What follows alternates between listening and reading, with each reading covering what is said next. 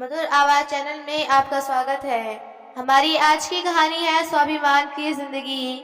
अजय सुनते हुए अपने बेटे ने इंटर स्कूल क्रिकेट मैच में बेस्ट प्लेयर का अवार्ड जीता है। उसके स्कूल से स्पोर्ट्स टीचर का फोन आया था।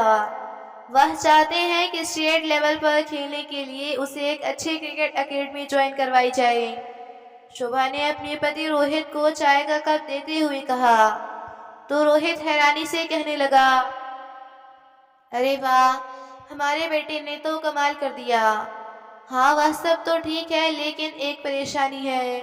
उसकी ट्रेनिंग पर करीब 2 लाख रुपए का खर्च आएगा। शोभा, तुम्हारा दिमाग तो ठीक है। महीने की 60,000 तो मेरी तनख्वाह है। उसमें से मकान का किराया भर भी जाता है, घर का राशन भी आता है, बच्चों की फीस भी भरता हूँ, और तुम्हारे खर्चे हैं सो अलग। अगर इतनी ही चिंता है अपने बच्चों की भविष्य की तो तुम महंगी ड्रेसेस खरीदना और किटी पार्टियों पर जाना बंद कर दो। बल्कि मैं तो चाहता हूँ कि तुम में कोई अच्छी सी नौकरी देख लो, जिससे मुझे भी थोड़ा सहारा हो सके। देखो जी, मेरी किटी पार्टी पर तो उंगली उठाने की ज़रूरत है नहीं, और ना तो नौकरी मेरे बस की है और ना ही मेरे खर्चे कम होंगे। आप एक काम क्यों नहीं करते? आपके गांव की ज़मीन और माँ बाबूजी का मकान बेच क्यों नहीं देते? उसे बेचकर जो पैसा आएगा उससे तो हम एक मकान भी बना सकते हैं और अपने बच्चों के स्कूल की फीस भी भर सकते हैं। शोभा, तुम बात तो ठीक कह रही हो, लेकिन फिर माँ बाबूजी का क्या होगा? मैं तो उनसे पहले भी कितनी बार कह चुका हूँ यहाँ आकर रहने के लिए, लेकिन वे लोग कहते हैं कि गांव की प्रदूषण रहित हवा उन्हें सांस आती है। अब वे लोग अपना गांव छोड़ना ही नहीं चाहते, तो मैं कैसे जबरदस्ती कर सकता हूँ? रोहित, चाहे कैसे भी करके उन्हें मनाना तो पड़ेगा। अरे अपना नहीं तो कम से कम अपने बच्चों के बारे में तो सोचो। और फिर तुम्हारे माँ बाबूजी हैं ही कितने दिनों के मेहमान। आज नहीं तो कल उन्हें तो भगवान के पास ले जाना है। शोभा, यह क्या नाम शनाब बकती जा रही हो तुम? मेरे माँ बाबूजी के बारे में तुम एक काम करो, अगले हफ्ते दिवाली आ रही है। हम सब 4-5 दिन की छुट्टियां मनाने के लिए वहीं चले जाते हैं। इस दौरान मैं माँ बाबूजी से बात करूंगा। एक सप्ताह बीत जाने के बाद रोहित और शोभा अपने बच्चों के साथ अपने माँ बाबूजी के गांव पहुंच गए। घर में घुसते ही दोनों बच्चे खुशी से चिल्ला पड़े, दादी दादी, और झट से दोनों ने अपने दादा दादी को झप्पी डाल दी। अपने बहू बेटे और पोते पोती को अचानक आया देख मोहनलाल जी और कमला जी की खुशी का ठिकाना न रहा। मोहनलाल जी बोले, बेटा, यह तो तुमने अच्छा किया जो इस दिवाली यहाँ चले आए, वरना हमारी तो हर दिवाली सूनी ही निकल जाती है। इस बार ऐसा नहीं होगा बाबूजी। यह देखिए, आपकी बहू आपकी फेवरेट पंजीरी और मठरी भी बनाकर लाई है।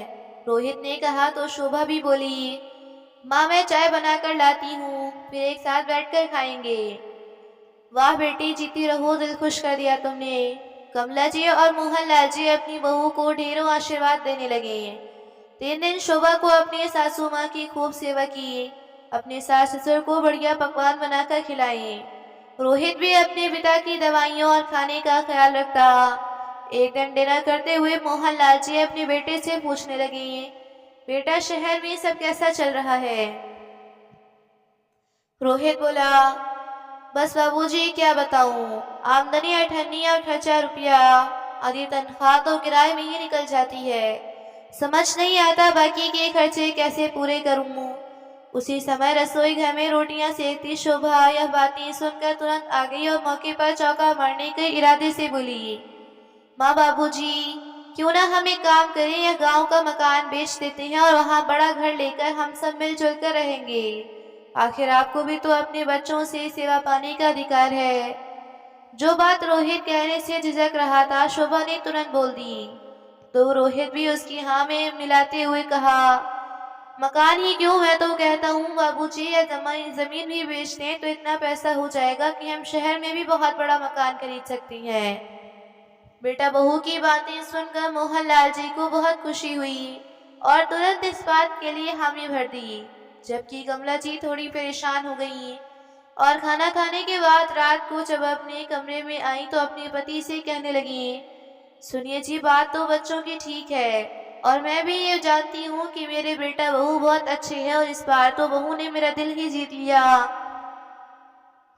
लेकिन फिर भी मकान और जमीन बेचने को मेरा मन नहीं मानता। अपने ही गांव के मिश्रा जी भी तो मकान बेचकर अपने बेटे बहू के साथ गए थे, लेकिन सुनने में आया है कि वह आजकल वृद्धाश्रम में है। अरे कमला, मिश्रा जी के बेटे को तो मैं अच्छी तरह से जानता हूँ। एक नंबर का लालची था वो। उस जैसी औलाद होने से तो औलाद नहीं हो तो बेहतर है। तुम उसकी तुलना अपने बेटे से मत करो। हमारा बेटा तो हीरा है, हीरा। रोहित के कहने पर मोहनलाल जी ने अपना मकान और जमीन बेचने पर लगा दी और कुछ ही दिनों में सब कुछ बेचकर अपने बेटे के साथ शहर चले आए। मोहनलाल जी ने रोहित को एक बड़ा सा घर दिलवाया जहां सब लोग एक साथ रहने लगे। शुरू शुरू में सब कुछ बहुत अच्छा था। रोहित और शोभा अपने माँ बाबूजी की खूब सेवा करते। सास बहू आपस में माँ बेटी की तरह रहने लगे। सफाई और बर्तन के लिए काम वाली लगी हुई थी और बाकी का सारा काम वह दोनों मिल बांट कर करने लेते। लेकिन धीरे धीरे शोभा ने काम से पल्ला झाड़ना शुरू कर दिया। थोड़े ही समय में कमला जी को अपनी बहू के व्यवहार में परिवर्तन नजर आना शुरू हो गया। बहू पूरे घर को अपने अनुसार चलाने लगी और घर के हर काम में अपनी मनमानी करने लगी। घर का सारा खर्च उसने अपने हाथों में ले लिया। काम वाली बाई भी हटवा दी, क्योंकि अब उसे लगता था कि जब घर में सासू माँ बैठी ही है तो काम वाली बाई को पैसे देना बेकार है। शोभा आए दिन अपनी सहेलियों संग घूमने निकल जाती या घर पर किटी पार्टी अरेंज कर लेती, जिस कारण बच्चों को संभालने के साथ साथ रसोई का सारा काम भी एक बाई की तरह कमला जी को ही संभालना पड़ता। उधर मोहनलाल जी को सब्जी और दूध लाने और बच्चों को स्कूल के लिए बस स्टॉप पर छोड़कर आने जैसे काम दे दिए गए।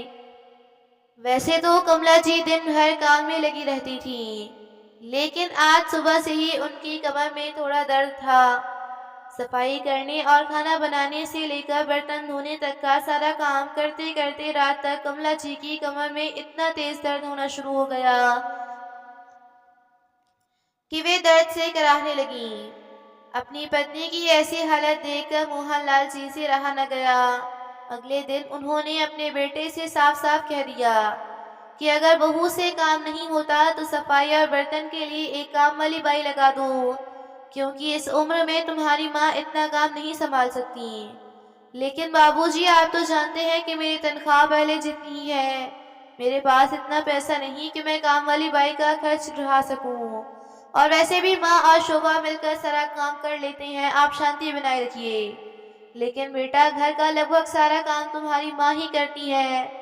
और जहाँ तक की रही पैसों की बात, तो आए दिन तो बहू शॉपिंग में जाया करती है, नए नए कपड़े पहनती है। जब इस सब के लिए तुम्हारे पास पैसा है तो काम वाली बाई के लिए क्यों नहीं?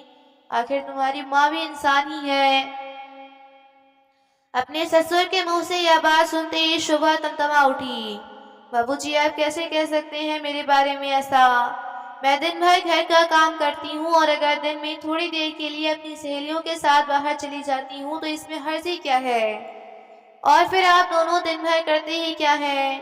अगर थोड़े हाथ पैर चला भी लिए तो कौन सी मुसीबत आ गई?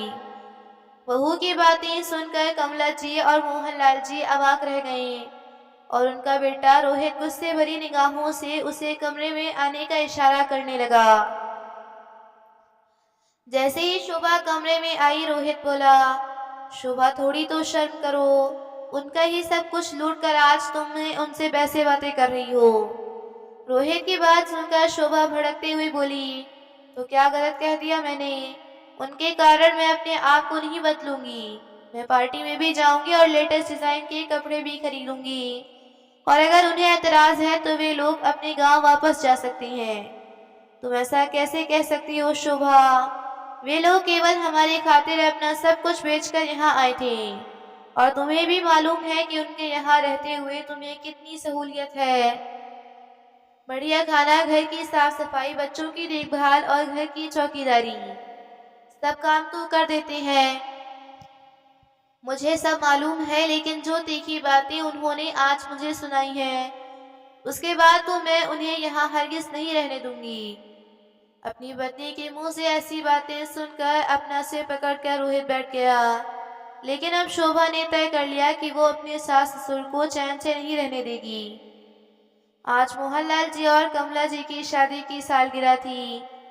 यह दिन मोहनलाल जी के लिए बहुत ही खास था, इसलिए वे आज बहुत खुश थे। हर बार की तरह इस बार भी वे अपनी शादी की सालगिरह को यादगार बनाना चाहते थे।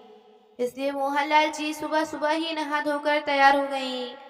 जैसे ही मोहनलाल जी कमरे से बाहर निकले तो उनकी बहू शोभा उनके हाथ में एक थैला और 500 रुपए थमाते हुए कहा, बाबूजी सब्जियां खत्म हो गई हैं, ले आइए। और हाँ, हरी मिर्च और धनिया पत्ती लाना मत भूलिएगा। मोहनलाल जी ने देखा कि रोहित भी अपने काम पर जाने को तैयार था और चाय नाश्ता कर रहा था। मोहनलाल जी अपने बेटे के पास गए और उसे कहने लगे, बेटा तुम्हें तो पता है कि आज का दिन मेरे लिए कितना मायने रखता है, इसलिए मैं चाहता हूँ कि तुम्हारी माँ को कुछ सरप्राइज दूँ। कहते हुए मोहनलाल जी ने अपने बेटे से कुछ पैसे मांगे तो रोहित ने कहा, बाबूजी मैं तो महीने की तनख्वाह लाकर शोभा के हाथ में दे देता हूँ, आप उसी से मांग लीजिए। ऐसा कहकर रोहित अपने काम पर चला गया। बाबूजी ने जब अपनी बहू की तरफ उम्मीद भरी नजर से देखा तो शोभा आंखें तरेड़ते हुए बोली, बाबूजी आपकी मालूम मालूम है कि इनको महीने की कितनी तनख्वाह मिलती है। इतनी महंगाई में गुजारा भी मुश्किल से होता है और फिर आपकी कमाई तो अब रही भी नहीं और आपको इस उम्र में सरप्राइज देने की सूझ रही है। अपने पुराने शौक अब भूल जाइए और राम का नाम जपिए। आपको जितने पैसे दिए हैं उतने में सब्जी आ जाएगी। फालतू के खर्चों के लिए मेरे पास पैसे नहीं हैं। इतना कहकर शोभा वहां से चली गई। मोहनलाल जी उसकी बातें सुनकर स्तब्ध खड़े रह गए। आज वे स्वयं को लाचार और ठगा सा महसूस कर रहे थे। तभी मोहनलाल जी की पोती निया उनके पास आई और उनसे पूछने लगी, दादाजी आप किस सरप्राइज की बात कर रहे थे और ऐसा क्या स्पेशल है आज? मोहनलाल जी उसकी बात सुनकर उसे लाड करते हुए बोले, अरे बेटा, आज तुम्हारी दादी और मेरी शादी की सालगिरह है। आज हमारी शादी को 40 वर्ष पूरे हो चुके हैं और इन 40 वर्षों में एक बार भी ऐसा नहीं हुआ कि मैंने तुम्हारी दादी को कोई उपहार ना दिया हो। लेकिन इस बार शायद।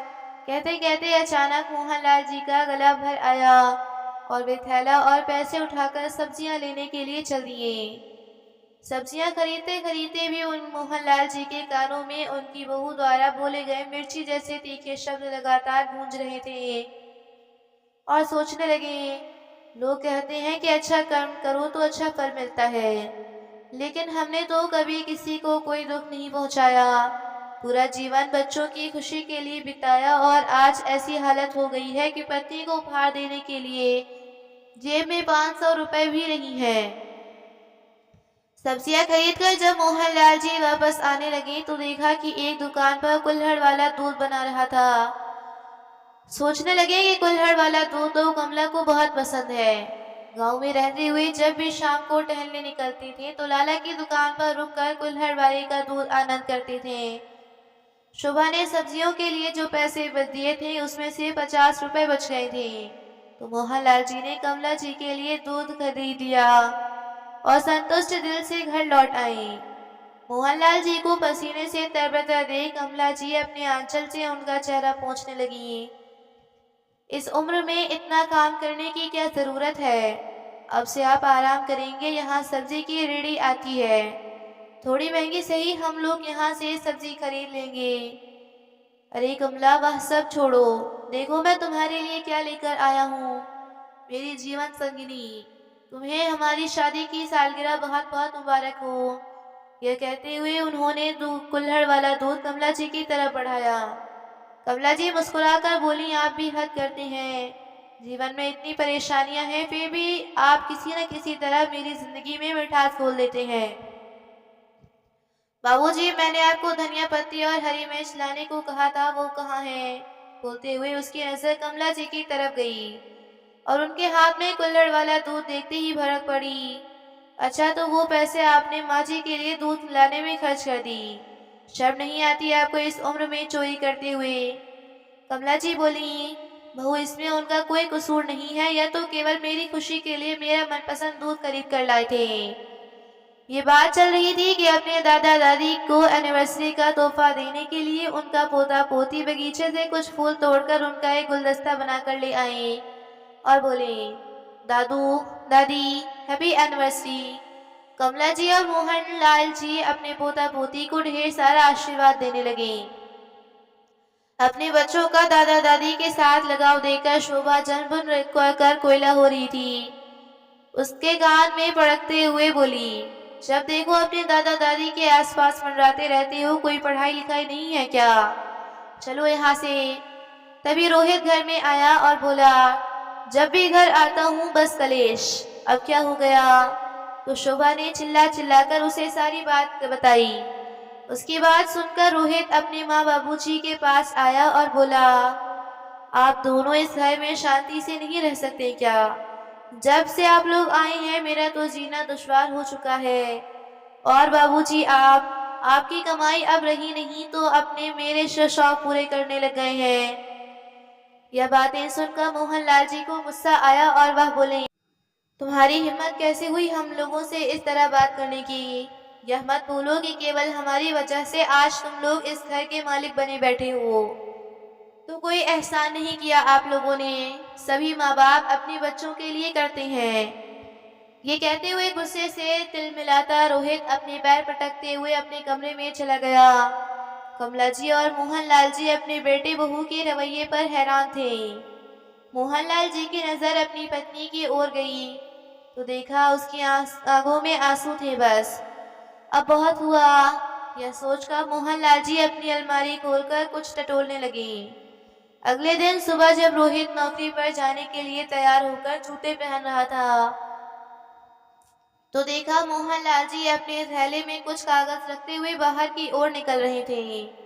तब रोहित ने पूछा, कहाँ जा रहे हैं? तो मोहन लाल जी बोले, बैंक जा रहा हूँ, कुछ पैसों की ज़रूरत है। इस पर रोहित ने कहा, आपको पैसों की क्या ज़रूरत पड़ गई? तो मोहन लाल जी बोले, बेटा मैं कोई भिखारी नहीं हूँ जो तुमसे पैसे मांगता रहूँगा। भले ही तुम्हारे कहने पर मैंने गांव का मकान और ज़मीन बेच दिए, लेकिन फिर भी मेरे पास एफडी में कुछ पैसे पड़े हैं और वह मेरे हैं। शाम को जब तुम ऑफिस से घर आओगे तो मुझे तुमसे कुछ ज़रूरी बात करनी है। इतना कहकर मोहन लाल जी घर से बाहर निकल गए। शाम के 7 बज चुके थे। रोहित भी ऑफिस से घर वापस आ चुका था, लेकिन मोहन लाल जी अभी तक घर नहीं आए थे। उधर कमला जी की चिंता बढ़ती जा रही थी। करीब 7:30 बजे मोहन लाल जी जब घर लौटे तो उनके हाथों में कुछ उपहार थे। अजीत कहाँ चले गए थे आप? मुझे तो आपकी बहुत चिंता हो रही थी। मोहनलाल जी ने देखा जहां उनकी पत्नी की आंखों में घबराहट थी तो उधर रोहित और शोभा उन्हें गुस्से भरी निगाहों से देख रहे थे। बेटा बहू को गहरी निगाह से देखते हुए मोहनलाल जी कमला जी को कहने लगे, अरे भाग्यवान, कल तो शादी की सालगिरह पर मैं तुम्हें कुछ नहीं दे पाया।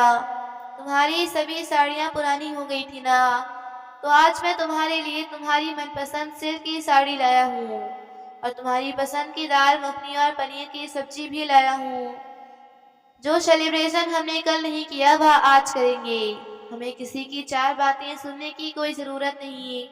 ऐसा कहते हुए मोहनलाल जी सोफे पर बैठे और सामने रखी मेज पर एक पैर रखा और उसका दूसरा पैर चढ़ाकर आराम से बैठ गए। ससुर की बातें सुनकर शोभा गुस्से से लाल हो रही थी तो रोहित अपने पिताजी को झड़कते हुए बोला, बाबूजी यह भी कोई तरीका है घर में बैठने का? अगर आपको लेटना ही है तो अपने कमरे में जाकर लेटिए। तो मोहनलाल जी बोले, यह घर मेरा है, यह सोफा मेरा है और तुम मुझे बताओगे कि मुझे कहाँ बैठना चाहिए और क्या खाना चाहिए? अपने बाबूजी के मुंह से ऐसी बातें सुनकर रोहित और शोभा का मुंह खुला का खुला रह गया। शोभा बोली, आप शायद भूल रहे हैं ये घर आपका नहीं मेरे पति का है और यहाँ वही होगा जो मेरे पति चाहेंगे।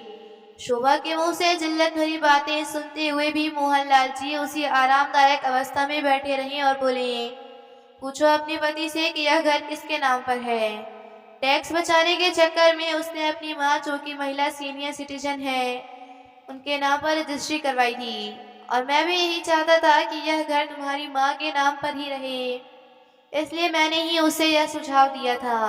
इस मतलबी दुनिया का हाल देखते हुए कमला को अपने मकान बेचते समय ही हम दोनों की सुरक्षा की चिंता हो रही थी, जिसके मद्देनजर मैंने यह फैसला लिया था। इतना बड़ा धोखा भगवान आप लोगों को कभी माफ नहीं करेगा। शोभा चिल्लाने लगी। धोखा तो तुमने हमारे साथ करा है बहू, जो तुम पर उल्टा ही पड़ गया। और रोहित, अगर अब तुम लोग इस घर में रहना चाहते हो तो मुझे महीने के 10,000 देने होंगे, जिससे मैं और मेरी पत्नी अपना खर्च चला सकें। और घर और रसोई का सारा काम तुम्हारी पत्नी देखेगी। तुम्हारी माँ आपसे घर का कोई काम नहीं करेंगी। यदि तुम्हें मंजूर है तो तुम लोग यहाँ रह सकते हो, वरना दरवाजा तुम्हारे सामने है। कमला जी ने मोहनलाल जी को रोकने की बहुत कोशिश की, लेकिन आज वे रुकने वाले नहीं थे। वे कहने लगे, अपने बेटे के साथ अच्छा रिश्ता रखने की मैंने भरपूर कोशिश की। केवल उसके कारण ही हम अपनी इच्छाओं को भी भूल गए। पर उसे तो अपनी पत्नी का हुक्म मानने से ही फुर्सत नहीं। अपने माँ बाप का प्यार और त्याग पल भर में भुला दिया उसने। लेकिन अब मैं अच्छा पिता बनने की ख्वाहिश नहीं रखता। अब मुझे केवल एक अच्छा पति बनना है। अपने ससुर के मुंह से यह बातें सुनते ही शोभा तो जैसे उबल पड़ी। बस इससे ज्यादा जल्लत मैं बर्दाश्त नहीं करूंगी। हम लोग आज ही यह घर छोड़कर चले जाएंगे। कहते हुए शोभा तेजी से अपने कमरे में गई और सामान पैक करने लगी। पीछे पीछे रोहित आया और बोला, तुम पागल हो गई हो क्या? तुम्हें पता भी है बाहर कितनी महंगाई है। घर का किराया ही 25,000 है, ऊपर से बच्चों की फीस और राशन पानी।